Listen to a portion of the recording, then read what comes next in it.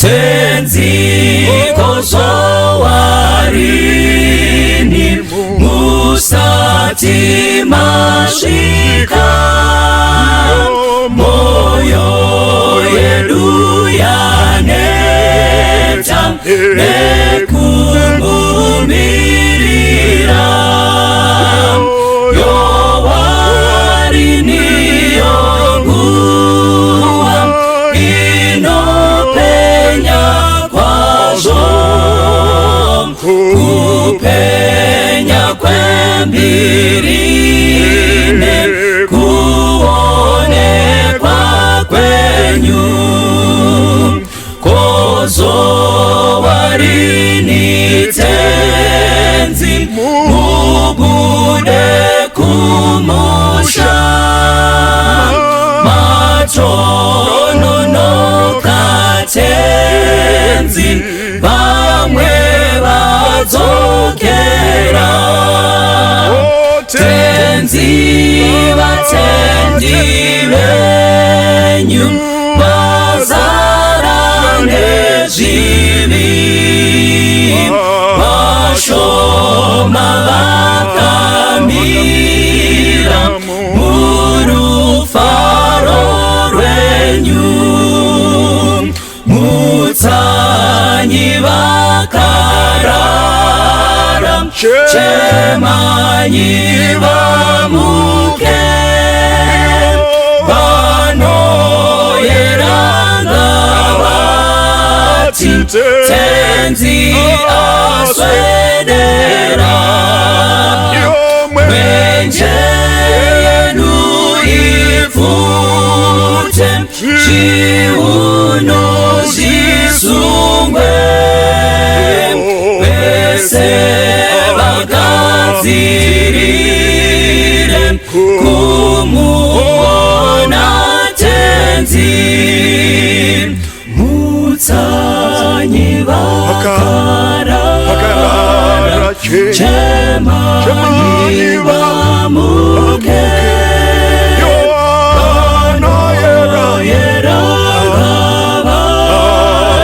tenzi aswedera mwenje yenu ifute zviuno zvisungwe vese vagadzirire kumuona tenzi vese vagadzirire kumuona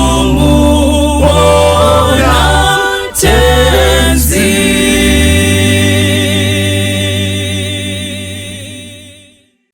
Kwazwai wadiwa watariri nevateereri vedu, tinoda kukuchingamudzai kuchirongwa chedu Virtuous Woman. Ini ndini Dr. Alaisa Mbiriri. Semazuva ese pachirongwa chedu tinokurukura nyaya dzinobata madzimai, kuti madzimai tigone kurarama chinangwa chatakasikirwa naMwari, tichizadzisa izvo Mwari vakatiisira panyika pano. Tinokurukura nyaya dzakawanda, tinokurukura nyaya dzema-empowered women, financially independent women, tikambobata nyaya dze-refinement, kututsira panyaya yatakambokurukura ye-refinement. Nhasi toda kuti tikurukure pamusoro pe-social and emotional intelligence. Tine vadare vedu, ndinodaira kuti munovaziva, asi zvakadaro vachangozvi-introduce. Regai titange kuna mama vari kuruboshwe rwangu kwekutanga. Kwazisai vateereri vedu.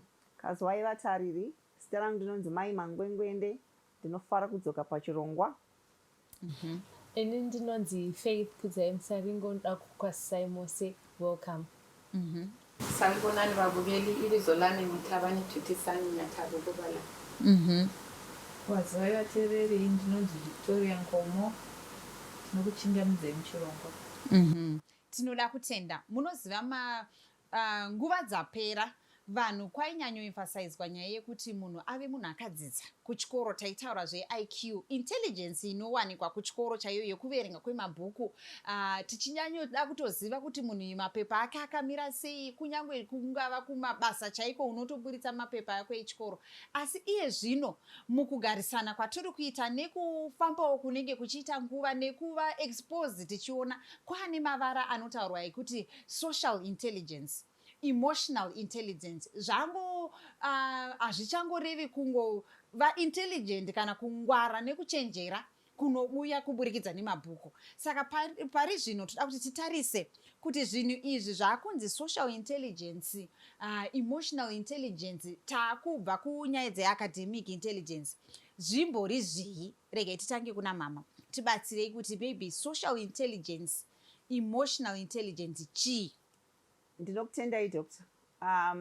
Social intelligence ne-social intelligence zvino zvinodyidzana, zvimwe zvacho zviri explicit, zvinobva zvaonekwa, zvimwe zvacho zvinobva zvinofiliwa. Kana chiti social intelligence, social hukudyidzana, hukama, tigere pakatakadaro, hanzi munhu unonzi you are a social being, unorarama muhukama nevamwe, you are social. Saka naone social intelligence means unoziva hukama hwako kuhukoshesa panguva dzipi, wohudii kuti huumbike, huwedzerwe, kana humwe huchifanira kutapudzwa hukama ihwo, social intelligence. Ndo hama idzi dzinotibatsira here? Ndidzipi dzandinobvisa? Then emotional intelligence. Because pane dzimwe hama dzaunoti hukama hwako nawo dzinofanira kungotapudzwa.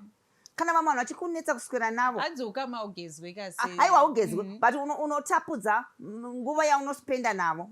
It means that you reduce interaction. You are saying these people are bad influence. Ukama iwo bad influence, ukama usadherere kumunhu anenge atopinda musekolo yako, atopinda ane chimwe chaanokusira, unotosara une chitsvambe chekuti munhu apinda. Saka iwo unofanira kana uri social intelligent. Ndati haisi explicit like bhuku ramambotaura my pastor kuti unonzi uyani I'm qualified PhD in what it's just kangori that ka intelligence kacho. Ndosaka ndati kakada kuti batane ne-emotional, because emotional intelligence yako ndio yaunosenzesa kumanager social intelligence yako, because emotional intelligence iri mandiri. Zviri mandiri emotional yacho. Emotional mafungiro andinoita, manzwiro andinoita, kuda kukurumidza, kuda kunonoka, kuda kunzwikwa ipapo. Saka zvinoenda nehasha, kuseka, kufara, kusuwa. Saka intelligence inoti masuwiro angu, machemero angu, mapopotero angu, hasha dzangu. Saka emotional intelligence inokuziva kuti wanyanya, unofanira kushatirwa but wanyanya, unofanira kuchema wanyanya, unofanira kuseka wanyanya. Saka ndati uchiita emotional intelligence uri social intelligence, saka ndati zvinodyidzana, zvinongopinda zvichidaro. Yes, ndizvozvo. Maitutisana. Okay, yeah. Like she said, we're social beings. So as we're sitting here, we're relating to each other. Yes. And we have related even before we came in to see how is the program going to be like. So that is the social aspect of it. And then the emotional aspect, all of us are created with emotions. Otherwise, if you have no emotions, then you are just bland. So those emotions, it's how we manage them. And management of those emotions also comes with a self-awareness. So what are the things that trigger me?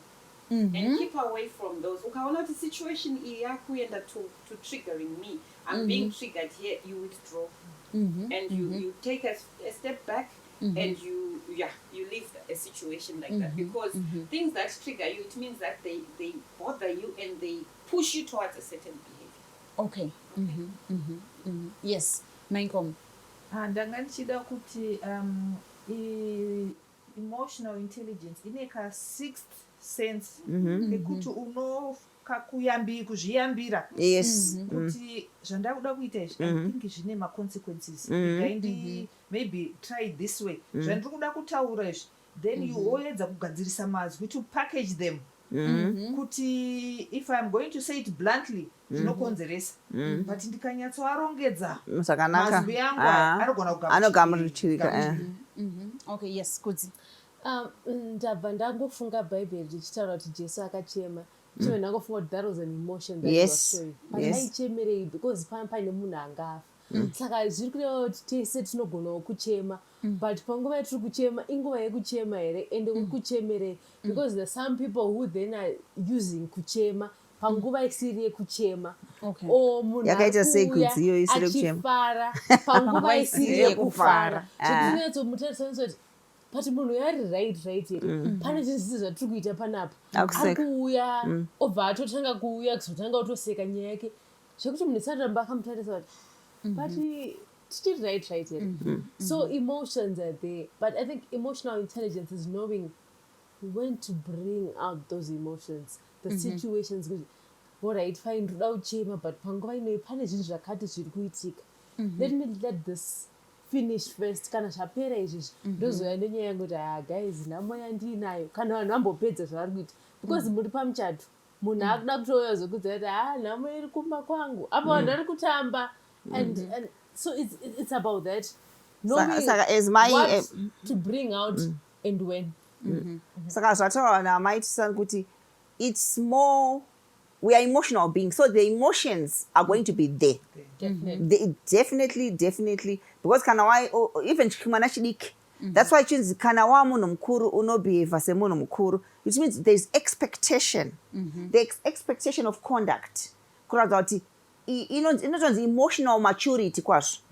Vanotaura vanoti emotional maturity, which means ndinogona kuda kuchema but handichachemi because ndiri munhu mukuru, handisi entitled. Kana even chikafu chikashota pano ngatiti apopu wamabhanzi akashota, emotional intelligence will tell you kuti it's not the end of the day, you're not going to die because washaya bhanzi iroro, but emotional immaturity chakudza kuti penga because makati tinopa mabhanzi pano hapo sei, you are right, hausi kunyeba matishedza muchati mabhanzi achaenda kupi. So emotional intelligence, emotional maturity would say to you, how do you make yourself heard? Kuti, you know what, I spent time coming to meet you with expectations of this nature. How does this not happen? And how do we go forward? And because kana uchitaura wakati wachastedi ka, it means kuti vanhu vanotokunzwa more than a tantrum. Okay, yes. Matataura zvakanaka pamadefinition edu social intelligence, emotional intelligence.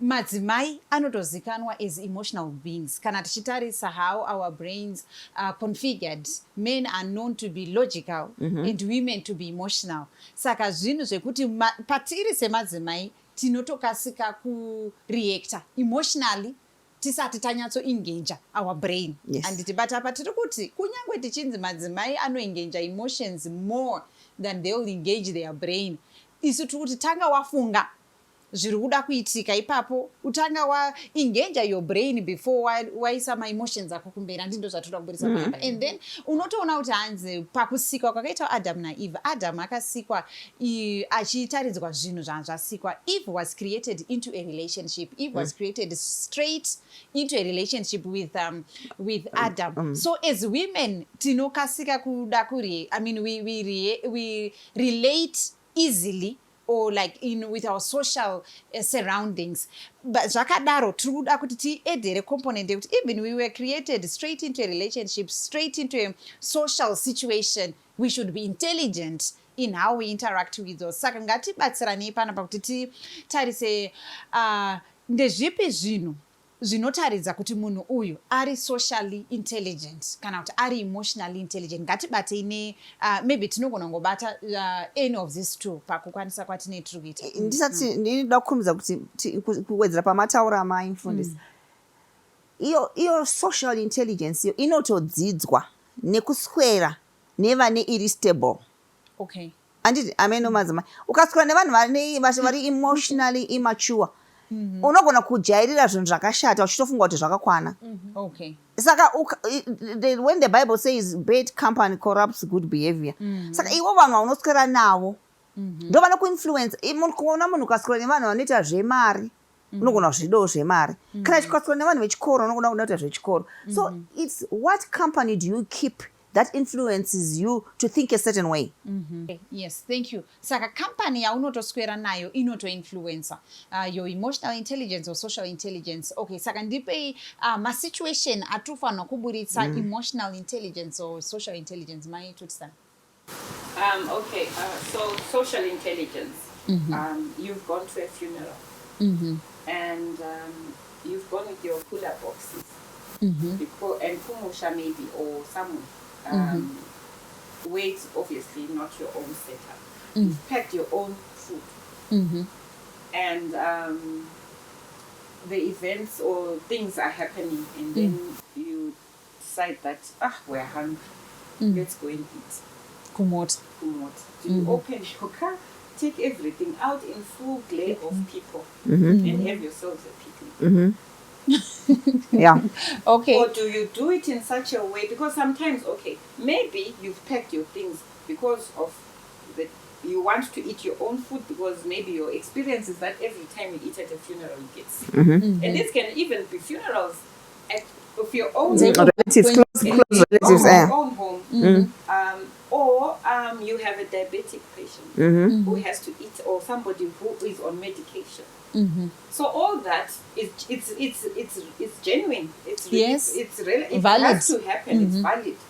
But how you then go and eat, and where you eat, and whether you move the car and go somewhere slightly secluded so that you eat. Because How you remember, also at that funeral, there are also little children who will come and look at you like, they're eating. And you're chewing. And then you are chewing and you know. So that's social. It's social That's and social even emotional. It's both. It's both. It's combined. Yes, Mainkom. ndoda kubata pasocial intelligence. Unogona kunge uri munhu ari pamusoro akabudirira. Unoenda panzvimbo kune vanhu vasiri as well up as you. Yeah. Social intelligence, for you to fit in, inokuudza kuti zvininipise. Kwana pane vanhu ivavo. Handiti kana wanga uchigara mumba mako makadi vamwe uchirara pasi, kwana pane vamwe ipapo. That way unoona kuti unowana ushamwari hwevanhu vakawanda uye unogamuchirika. Ukada kuzviti no, inini status yangu ndeyakati, pandinoenda nestatus yangu, unoona kuti unogara uri munhu unogara wega, vanhu vanokusiya vachikusiya kuti aiwa, because vanenge vachiti aiwa apa hatikwani. Iwe kwauri iwewe uri kuti apa pane vari pasi handikwani, vari pasi vari kuti uku hatisviki. Saka paise paunenge uri, yedza kukwana, wirirana nevanhu. and it's only temporal. It's just uri semuroora wakurira hako kuchirungu, kana usingagona kubika bhodhi, mhanya nendiro, madya. Uchingokwana unoona kuti zvinhu zvinenge zvichitoendeka. Ende hapana munhu achazoti vanhu vanenge vakutoti uyu munhu anozvininipisa. Munomboziva zvaari, ndichiremba, ndichi, but panguva ipapo wakazvininipisa, wakwana. social intelligence. Futi maybe ndombobata emotional intelligence. Hapasi pese panoitika gungano, panobuda vanhu vachienda pane mufaro, unogona kuvhiringidzwa nemunhu pakazara veukama.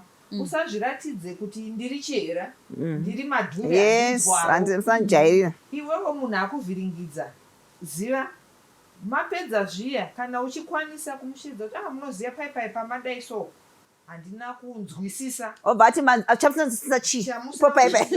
You know, people are like that. Ipapo pamuda kuti iwewo uzvidzore, ukakwidza hasha, moto watobvira. Kana iye akwidza moto, iwe chimoti no, ndandisina kunzwisisa. Unojairira. Anonozvitongesa. Kana iwe uchaona kuti situation is it worth pursuing, kana kuti ndosiyana nazvo. That's emotional intelligence. As long as you have registered your dispute. Yeah, exactly. And you were not happy with a certain situation. Okay, saka tiri kuti kana munhu uri kunzi une hasha, handitika ndo wamuri kutaura kuti usabva wangoburitsa hasha dzako. All of us. Okay. Created with that. We have anger issues. Yes, all of us. Yeah, but then there are some people who want to. It's on the surface. Who want to boast about short temper. My hand grenade. And everybody has to walk on eggshells around you. But is that a trait you want to be known? Hanzi tese tine temper handitika, but usabva wati inini ndiri short tempered, inini ndiri chera, handinzwaro. Saka emotional intelligence ichakutaurira kuti saka apa pasituation apa kunyange ndatsamwa, saka munhu arifanira kuita sei kana atsamwa, manditsamwisa. Because kune umwe anobva atoexpressa enga yake, kanobva atoti munhu wese muri kuzviziva zvamandiita panapa, toita sei? Munhu ari emotional intelligent, how do you handle your anger? Okay.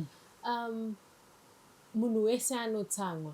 And at one point uchatomboita munhu anokutsangisa. So for me, emotional intelligence is knowing when to deal with munhu akutsangisa. Because watsangiswa pane vanobva watoda kutoti imimi ndimi manditsangisa, saka uyai tipedzerani, kana uri toda fight uyai tibvisira kunge zvibhagera. Because munhu asina emotional intelligence is going to do that. Anobva atoda kutoti munhu wese abva atoziva kuti ava mai ava vandiitira zvakati, and is talking at the top of their voices kuti everyone should know kuti this is what this person has done. And some even start screaming.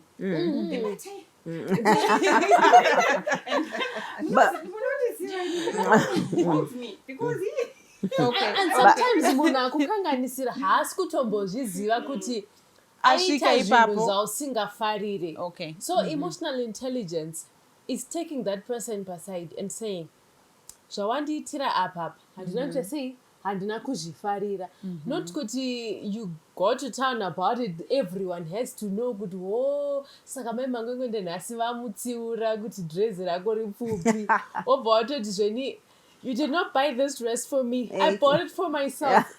Emotional intelligence also works with social intelligence. Ndekuziva kuti but mai mangwengwende munhu mukuru ari kutaura neni, vanokuromba kwavo. Vauya kuzondiudza because mai mangwengwende munhu mukuru kwandiri. Just by virtue of her being an older woman who's talking to me, it means there's a certain kind of respect that I need to give to her. So whether vari right kana kuti vari wrong, social intelligence is going to tell me kuti munhu mukuru vanojaira vakambozviita futi last time. Vana vechidiki muri kuona nyaya yesocial intelligence inyaya yakatokosha, nekuda kwekuti panyaya yekuti kutoziva kuti ava ndimai vechikuru vanobvumidzwa chiri wechidiki, papacho takutongofunga kuti tese takainzana tese kutaura pawhatsapp takainzana, tese zvatiri pafacebook takainzana. But social intelligence iri kutokufanira kukuudza kuti uyu ndimunhu wandofanira kupa respect. How do I relate? Yes, ma'am.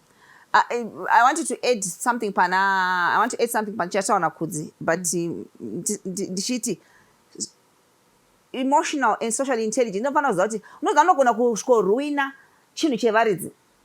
Birthday party yemwana wevaridzi chai watokanyana nasomeone wakutodivhetisa zvinhu zvakutonanga zvakadai pahondo yamaita iye. So you must also respect other people's functions, other people's spaces. Maenda kwana amwene, maenda kana even pachurch, kuti handingakanganise this setup because ndoda kungotaura kuti ndakanganisirwa. Yes, wakanganisirwa, but as you ladies have said, register the displeasure, but choose the behavior that you want to show, to portray people. Once you've registered, no, I don't think I was happy with this. Then you now start working on my mangwengwendi. Aiwa musadaro imagara muchinzi mune munhu anotaurisa mangatozongodai ndimuchazongonekwa muchinzi ndimi matozvitanga. You are working with the inner person. Is social emotional intelligence and social patiri pano apadi kuti tidai inini wacho mwari ndibatsirei, but kazhinji kacho unofunga kuti ndikazonzi ndakabirirwa, ndikazonzi ndakapusa, ndo zvinokupa kuti ureact in another way. Ndozonzi ndakapusa, vanondibirira vanondijairira. But sometimes people will actually look at you and respect you. The way she reacted, Paipeka, mature. I was reading a certain story, quick story too. I went into a shop, and then the two operator was just mean to me. I can't tell us. And then I picked up my things and I walked out. But as I was going to my car, I turned back and got as I came back into the shop, one of the congregants said, Pastor, now when you preach about respect, about love, and I was shocked. There are people that were looking at me as I in that reaction that and the Lord just stopped me. So people, you never know who your audience is. Yeah. Have you ever realized that when you have actually not displayed emotional or social intelligence, you actually now go around telling people the story and trying to justify what correct. You actually do that. You say, but you know what? I did this because they had done this. And the issue continues. And yet if you conduct yourself appropriately, like she's saying, people come to you and say, oh, you displayed great you know, discipline, maturity, discipline in the face of such, you know. Yes, I tauda wanted kuti tiende to say kubreak. kuti, okay, with social intelligence, you can be able to read or know somebody's behavior and how to manage them. Because sometimes there are people who are just there to provoke people. If you have social intelligence, you know how to manage that person. You know, atotanga, let it pass, and it. And then you will watch emotionally, you won't be worked up because you know work. Exactly. Yes, tinoda kutenda iye zvino takumboenda pabreak takurukura chinonzi emotional and social intelligence tichadzoka towedzera pamusoro petopic yatiri kutaura nezvayo. Tinokuchingamidzai zvakare pachirongwa chedu Virtuous Woman patiri kutaura pamusoro pe-social and emotional intelligence. Taburitsa madefinition ye-social and emotional intelligence. Ndoda kuti tidzokere panyaya yekutsamwa. Handiti tataura kuti munhu usabva wangoti hanzi tese tinogona kutsamwa tati tese tine temba nditika and then toti munhu aiwa saka zvidzore handiti usabva wangotaridza vanhu vese kuti watsamwa saka tikurevere kuti kana ndatsamwa ini ndakufanira kungozvivharira mukati vanhu vese munhu wongoita zvaari kuda neni isusu tambotaura kuti emotion yekutsamwa munhu wese anayo. How do we handle, how do we strike a balance between kuti munhu asazongove a doormat ende kuti munhu agone kuexpressa enga yacho kana ichifanirwa kuexpresswa at all. Mama maimangwemende. Yeah, pakaoma. But I think tapataura kuti at the back of everything there should be a word denotes dignity. Okay. My dignity. What my own brand. How do I want to be known? So it's not nice to be made a doormat because bullying, kuderera. But there are processes of dealing with bullying. There are processes of dealing with just people. There are some people who just rubbish other people. So you need to research on steps. How do I register to Antiskushida? Yes. You can register by telling a person, first and foremost, a person must know and then try and move away. My influence if anything ukama unofana kutobviswa zvidhina kana iri imba itowira mukati motopisa chi mapango acho. Means there are some relationships that should never be cultivated because they are not enriching. If anything, have you ever been in the company of people vanokusiya so uri so empty ndo makamera waita musoro yes ndo madecorator and you leave that place uri so empty kuti saka ndatadza saka handigoni. So you those people you're looking for you because you are an easy prey for them to stamp on. Saka iwo make sure that you register with them kuti zvamaita handizvide. And kana zvisingaregistike, change company, avoid that company, leave people vakadaro because you actually end up watova munhu asisina confidence in life because uri kutamba nevanhu vasina kubuild. If anything they are tearing you apart because kuzonzi sumuka utora pane madzimai but you know how people can destroy you, so you can't be a doormat. Saka keep your dignity, register what you don't want done to you, to the people, to the person. And then if they don't seem to acknowledge that thing, move away. Okay. Change company. Maybe tikuda kuburitsa aspect yekuti if you are in some toxic relationships with people, whatever the different levels, toxic is the word. Pane pekuti iwewe you have registered your displeasure toxicity ripapo. If it means walking away, emotionally intelligent woman knows when to walk away when things are now toxic. Saka because I'm emotionally intelligent ndakutoona kuti kunyangwe ndikaramba ndichitaura munhu yaasi kundinzwisisa saka zviri nani ndiite sei ndiite walk away. And ipapo when you are looking at emotions pano patinotaura tichiti my emotions aya anoprocesswa centrally and if you shut, let's say munhu ari angry tikakuti usataridze vanhu kutsamwa, when you close that outlet anger, you are also closing my outlet for other emotions, be it joy, be it happiness. So you need to process your anger. I think there are books dzinotaura kuti process your anger, don't express it. Zvakasiyana kuexpressa kwekungoti vhuru but process it and also don't suppress or repress. Kana pane chaitika chawakanganisirwa usachisuppresse, usachirepresse, chiprocesse, wotaura zvakanaka. Yes, Kudzi, you wanted to say something? Ndanga ndichida kuti patiri kufunga nezve-emotional intelligence, it's not every time yatiri isusu tiri kukanganisirwa or tiri kufanira kuexpressa my-emotions. Sometimes tisu tiri kuitira, tiri kutsamwisa vamwe vanhu. So if you think of things in that way yekuti pandatsamwisa munhu auya kwandiri andiudza kuti but wanditsamwisa, what am I going to do with that information yandapiwa nemunhu yekuti emotional intelligence iyoyo, yes, ndaita izvi hazisirizvo, because ndopanopinda to social intelligence. Zvangofanana nenyaya ndambopa example yekuti mai mangwengwende vauya vandiudza kuti zveni hembe iyi haisiriyo, but mai mangwengwende every other week pavachandiona vari kungondiudza kuti mapfekera vakaitaasiriyo, vatori fashion police yangu, zvekuti at the end of the day handichatomboziva kuti otovavoita pachechi kana kutaura pachechi yacho. But man, it's not every time that I'm not dressed properly. My mangwengwende just has to come to me and say, you are not dressed properly. Ivo vari kundiprovokawo zvemashuwa-shuwawo, vari kundiprovoka every other Sabbath. So then at the end of the day I'm angry and then I say haiwa but makundijairira inini.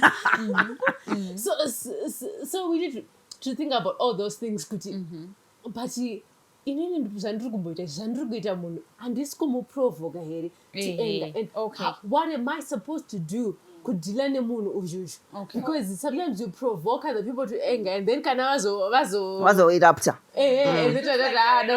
small thing. Meanwhile, it's been building up. It also behooves my mangwengwende to say to you when you are dressed in a nice way, oh my goodness, today you look, this is exactly what I'm talking about. Look at you and praise you. So that because if she always only picks on the but manje mai mangwengwende vacho havana emotional intelligence yekuzati kana zvanaka vanofanira kutaura, vanofunga kuti kana zvanaka vanonyarara, havasi kuzati kana zvanaka. Also mention the good. Don't just be that's emotional intelligence. Mention the good. Don't always mention the bad. And sometimes even kind of zisirizvo, emotional maturity will tell you nhasi rega zvimbopfuura, hazviuraye, rega zviende zvakadaro, ukama huri more important. Saka imbosiya munhu akadaro, wozomuti the other time asi zvinofamba sei. But it also depends on my relationship naKudzi. Because I can't just be a community woman that just vanogara parod yepakona paipai and just say vana vakaenda kuchikoro, vakaenda kumashops, vakaenda kupi, iwe chakati. No. Everything has to do with relationships, even nemaparents emunhu, even naiye munhu wacho, because ukabata mwana wevaridzi. Social intelligence, because zvandaobserva kazhinji ndezvekuti it's us the young people who are expected to have social intelligence. It's okay. Anamai vari kubvumirwa kuti they can talk to us anyhow and it's acceptable because ndanamai. In as much as I should know kuti alright ndimai vari kutaura neni. But when naivo social intelligence and emotional intelligence, even Bible pane panotaura richitoti fathers do not provoke. Zviri kutoreva kuti iwewe nyange uri mai vechikuru, iva social intelligent kuziva kuti how am I going to relate to this young person. But my pastor Mela ndakambotaura dziko racho harisi regenerational gap here. Ndiri kunzwa zviri kutaura Kudzi zvinenge zvakuzoitwa namai naheadmistress mai mangwengwende kutomakaregister kuti nhasi yanga iri palength tuyadzika ne2 centimeters. Zvimwe zvacho haisi that generational gap yekumanzwisisiro. Mupfekero wataiita isu wanamai vako newamakuita, because even ukatarisa fashion dzaipfeka anamai vedu, isusu tiri kutopfeka hembe dzakatoti rebei kupinda dzaipfeka vanamai. Mapicture kwamuronda aya kwastudio kuma60s. They were not called mini. I don't know kuti dzainzi mashort dresses, but their dresses were well above their knees. Then came makore kwakamboita magypsy akudzoka manje akareba ane mastages aya akambodisappear. Those fashion yana mai vedu ndo yakudzoka futi ndo mashota dressai. But isusu we are not approving of that. Wanzwisisa kwatiri zvatiipira manje but kwatanga tiri zvanga zvakatinakira. Okay, here's the thing. In as much as paine generation gap yatiri kutaura nezvayo iyi, it is important kuti inini semwana nemisa mai ndizive kuti how am I going to approach this person. I have a nephew at home, ari form 2. The way anouya achitaura neni about certain things, I would never talk to my mother like that. But because of how these children are being raised now, so you need to also accept kuti makore atakurarama aya nemakore airarama vana zvatosiyana. Back in the days, we used to say kuti hanzi community raises a child. So ukaita musikanzwa uri kwawaita musikanzwa uri ukaonekwa namai vepanext door, unorohwa namai vepanext door and hausvika uchitaura nyaya kumondarohwa because unonorohwa futi kechitu. But can you do that with muzukuru wenyu nhasi kuti anonorohwa namai vepanext door and it's acceptable? No, she'll sue. She'll sue. The police will be there and the lawyers. Yes, so social intelligence also then comes with knowing the days that we're living in. So mind your own business. Mwana wachaita musikanzwa. No, I will correct the child. I will say you. Talking to the child. You can't talk to the child. Yeah, okay, whatever. Whether I talk to her or not, but I will register. But it's the way I do it. Because I'm still that community person. But what I cannot do is lay a hand on that child. But verbally you have laid You lay your hand on you have laid words. And people say words are more hateful than an actual slap. People saka tiri kuti here pasocial intelligence kana kuti emotional intelligence handichabvumidzwi kutaurira umwe munhu sezviri kutoti mwana uyu achabvumidzwi kuudzwa namai mangwengwe ndekuchechi kana kuti mucommunity handichakwanisi kungoti munhu wekubasa ndongobva ndangotaurawo naye pane zvimwe zvinhu zvekumba kwake ndomuti apa dai wadai hazvibvumidzwi. We go back to the relationship yacho yamunayo kuti are you qualified relationship wise, are you close enough to talk about such thing and give rebuke? Because definitely mwana wevaridzi mudiki ari grade 1 and don't talk to anyone asiri maparents ako, strangers or even neighbors, they will steal you. And they're being actually abducted by women. By people that they know. Yeah. So they are taught kuti usatombomiswa nemunhu. So inini kana ndiri emotionally intelligent, I know kuti mwana wemuraini anditaure naye. You know, when I'm driving to my kumunda kwangu, I don't pick I don't give vana lifts. Hazvisi kuzokonzeresa kuti tichitongoita inonzi generation isina hunhu nekuti isusu vacho vari kufanirwa kutaura because takakurawo tichiudzwa. Handiti ka ukatongoenda kuchechi kune madhikoni airova vanhu kuchechi kuchitumbizwa mudhikoni anokurovera muchechi vanokutora panze unokurova panze odzoka nemuchechi wanyarara. Aisoso mari dzaingatombomira angatomira mbiriri tichimbogadzirisa yemwana arohwa. Zvanzi divine yambomira pasanga vauko. But tiri kuti akusi kwekuti takubva tatozoenderera mberi here pakungoraisa vana vasina hunhu. Tiri kuti emotional intelligence or social intelligence yakungonditi ngahandifanirwi kutaura pandisingafanirwi kutaura. So now, social intelligence then comes nekuziva how I'm going to deal with a certain child. I want to give an example. Ndimai vane mwana wavo kumba handiti vari kutonetseka nemwana wavo kumba, varitoda kuti mwana aende kuchechi. Mwana haasi kutomboda zvekuuya kuchechi. Saka manje mumwe musi obva ndiri kuenda kuchechi, obva auya kuchechi akapfeka kasiketi kake kakasvika pakati pemakumba apa. Mai mangwengwe ndobva vamuona, obva vati hada iwewe mai vako vanokusiya uchibuda uchienda kuchechi wakadai so. But mai ava vari kufara kuti mwana wavo nhasi atombouya. Saka the fact kuti mai ava mwana aenda kuchechi vari kufara naye zvekuti akapfekei hazvisina basa. Mai mangwengwe ndobva vaenda kuna mai vavo vati how do you leave your child to come to church dressed like this? Emotional intelligence. Hapana kana intelligence. Havasi kuziva hondo dzarwiwa kubackground. Hondo dzarwiwa kubackground. Kuti tisvike pano. So now we are saying hausi kunyarara when you see bad things.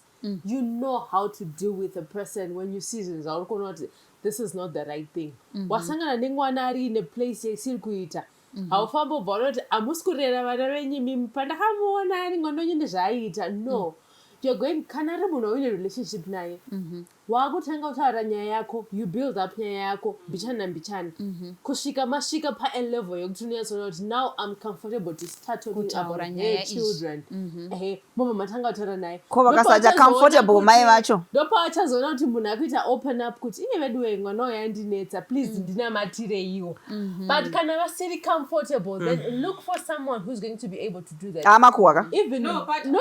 it's actually also okay to walk away. Yes. Social intelligence says, you know what, I've said what I've said. indoda yazibonela Let me walk away I've because the power what I've come and said this is what I observed. And then and then if you are met with resistance or like withdrawal, you walk away and you have done your part. yes I it's think important to walk away. Stop dealing with people. Social intelligence doesn't deal with people, it deals with situations. Okay, social intelligence deals with situations. Okay. Whereas emotional intelligence deals with people. It's one Okay. You know, there's a Just case to add on, yeah, my mangwengwende, we've seen social intelligence, lack of social intelligence ichipunza ma-relationships akawanda. Yes. You might see somebody's husband in a compromising situation. If I'm not socially intelligent, I will rush and tell the wife. But if I'm intelligent, what somebody would do, make sure that man sees you and keep quiet. Yeah. Okay. I will not go and tell his wife. It's his issue to go and tell his wife, ndaona mind or whatever. But intelligence zangu zandu that what I've done is enough. I've registered. I've registered. Ndakuona. Than to go and tell the wife might not have that emotional intelligence. Pack and leave. And you have broken somebody's marriage. And the man comes and says, you broke Ndimi my makauraya makapunza imba yangu. Ndida kubuilda pataura kunzi emotional intelligence deals with situations and the No, in social intelligence deals with and emotional deals with what? People. With people. So munoza pa culture pedu tine kamwe kakuti ndinzwei inini. That's why baba mukuru vane entitlement kwachirova mwana wokwamai nini tete vanove vachiita zvakati pamba pehanzvadzi yavo ndinzwei inini because pane kamwe kamasimba katinofanira kuregedza with time kuti that entitlement, that authority mwe andinongozvipa so just because I was born ndiri in this placement yekuti ndakazvarwa ndirapa wakuya uchida kutonga uchibvarura zvinhu ngatikaregedzei ndokarutaura nakudzi kuti kana wasvika panzvimbo nzwisisa kuti vazosvika pakadai pavakutogamuchira ndedzipi dzimwe hondo dzavarwa nemwana kuti zvisvike pano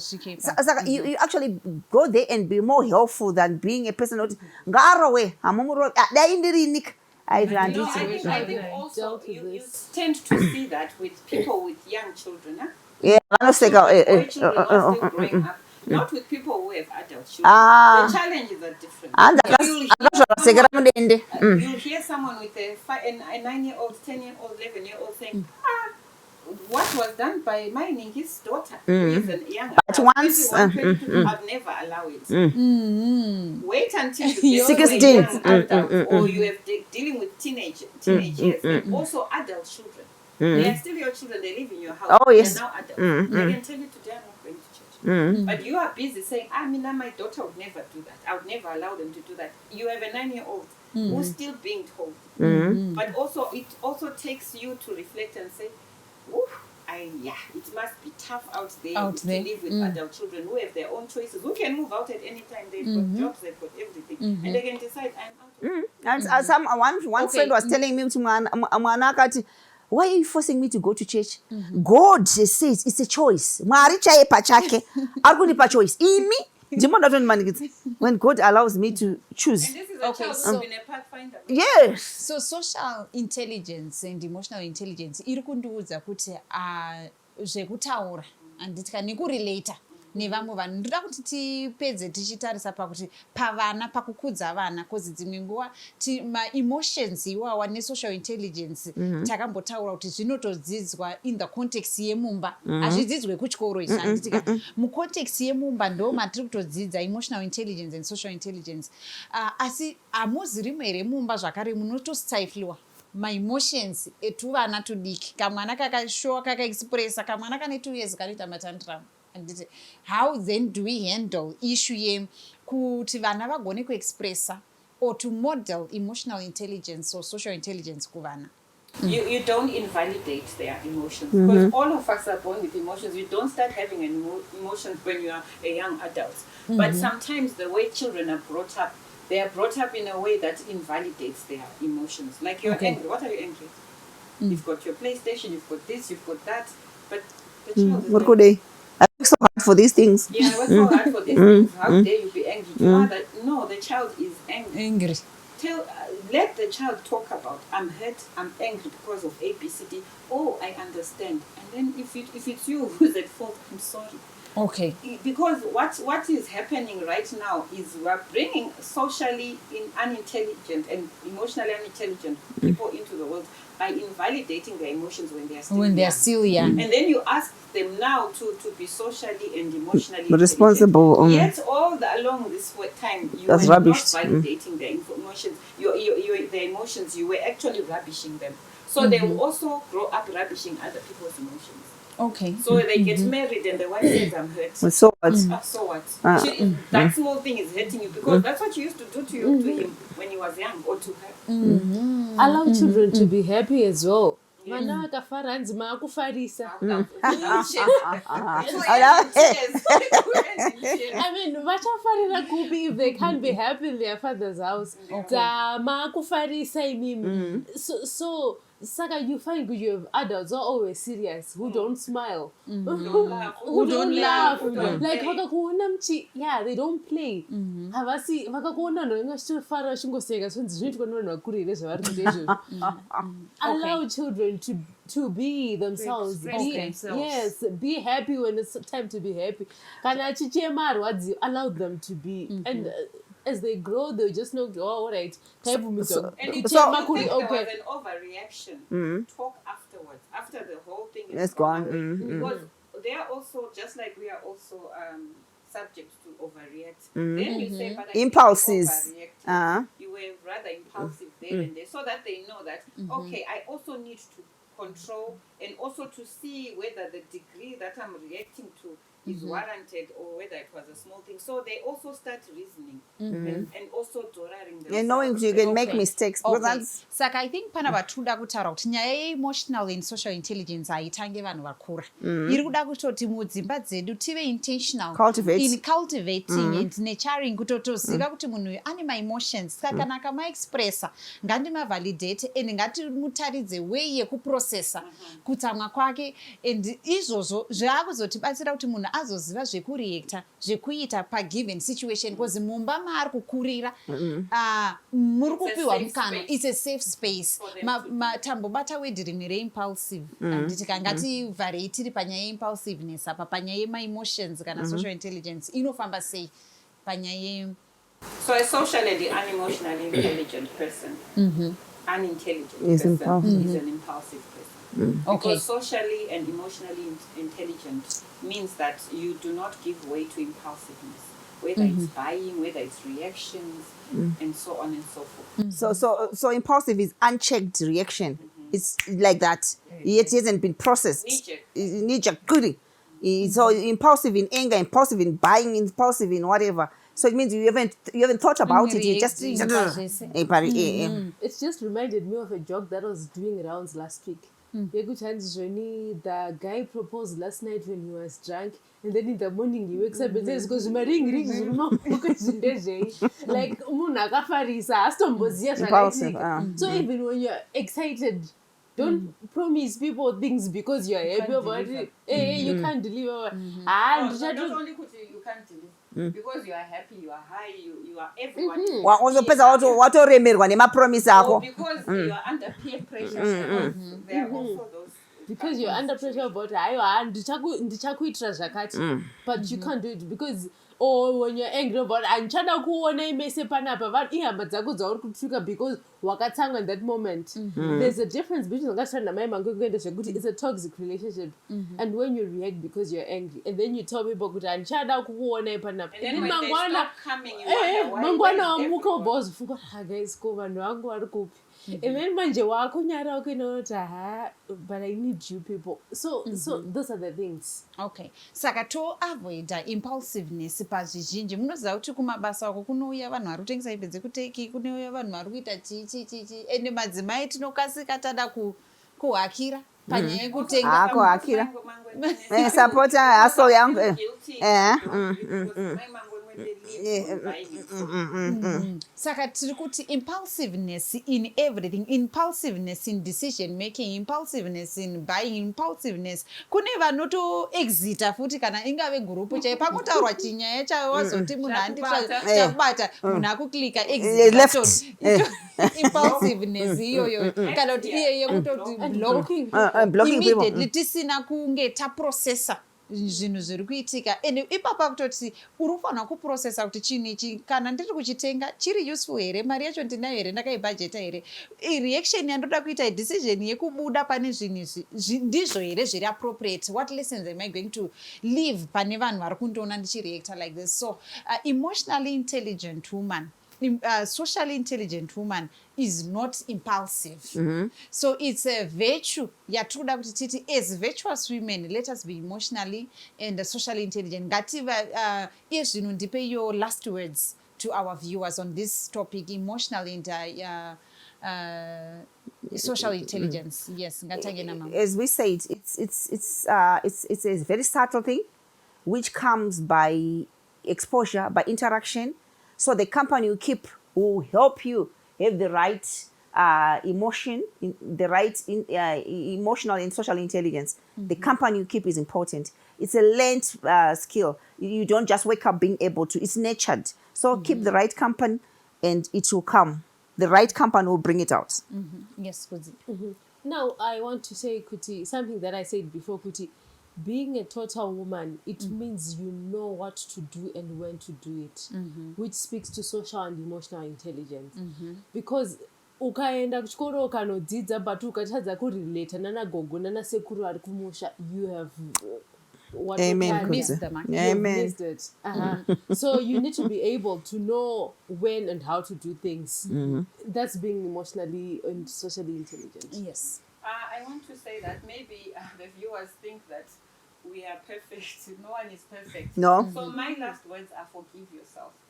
If there's a place where you've overreacted, yes, been impulsive, haven't it's natural. Emotional Yes. or social intelligence, introspect and forgive yourself. Yes. Yes. Maybe if I did something to my Como here. And we sorted out and we're back to our good relations. But at the end of the day, I also need to forgive myself because it's a continuous process. Yes. None of us are perfect. I've also been socially and emotionally unintelligent. And I want to be the first one to admit that. So forgive yourself when you've made the mistakes and move on. Yes. I would want to say kuti emotional and social intelligence, if you are willing to change and to adjust, and also to be able to relate nevamwe vanhu, accepting people are different, we are not the same. Socially, even emotionally, there are some people with high tempers. Accept people for who they are. Ngatisaedze kuda kuchinja vanhu, but ngatiedze kuti tishandirane pamwe chete kuti zviendeke. Yes. Tinoda kutenda, ndinodaira kuti tadzidza zvinhu zvakawanda. Ukasava socially and emotionally intelligent zvinokukosta marelations ako, zvinokukosta opportunities, zvinokukosta zvinhu zvakawanda kana ukatadza kuva emotionally and socially intelligent. Saka Mwari vatibatsire as virtuous women tione mukana ende tichinyanyofokasa pauri, usada kutarisa kune umwe munhu, iwewe fokasa pauri neukama hwako naMwari vachitibatsira togova emotionally and socially intelligent. And I like the fact yekuti hanzi let's learn to forgive ourselves patakatadza kuva, patakava impulsive, pataka overreacta. Regai ndikumbire maitutisani tinamatirei so that we are women very socially and emotionally intelligent. Shall we pray? Our Father, who art above, we just want to come before your throne of mercy, Jehovah. We want to come as women who are your creation. We want to thank you for the session we have had may it also begin with us, in as much as we were discussing. May we take all these lessons we have learned and apply them in our lives. When all is said and done, we wish to be among those that will meet you in the clouds of heaven. May you come to take care of loved ones. In Jesus' mighty name we pray. Amen. Amen. Ndinoda kutaura kuti ndaponeswa ngero paro pamsana popemudza wake ndichagara kumushako ndaponeswa ngero parake renyenye ndaponeswa sendichiri mwana wake ndinofara ngekuti Jesu auya kundiponesa ngekuti kupenya kwakeko kuri kunditungamira ndaponeswa ngero parake renyenye ndaponeswa sendichiri mwana wake ndinotondera muponesi ndichiri kufunga ndiye ndiri kuimba nguva dzese ngerudo rukuru rwake ndaponeswa ngero parake renyenye ndaponeswa sendichiri mwana wake ndichamuona mambo wangu ndoita mutemo wake achiri kunditungamira dakara kumusha kwake ndaponeswa ngero parake renyenye ndaponeswa sendichiri mwana wake chiripo chiremba kudenga chinondimirira ini tichaenda ngekukasika kumusha wake watenzi ndaponeswa ngero parake renyenye ndaponeswa sendichiri mwana wake ndaponeswa ngero parake renyenye ndaponeswa sendichiri mwana wake